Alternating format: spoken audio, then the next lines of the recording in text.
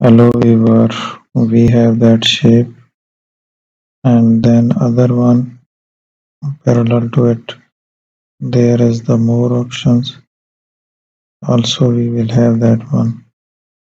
Now I will pick up the round rectangular shape into the center.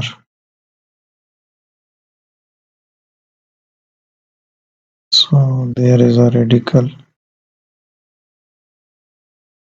again diamond in the center. So it's a background eraser tool.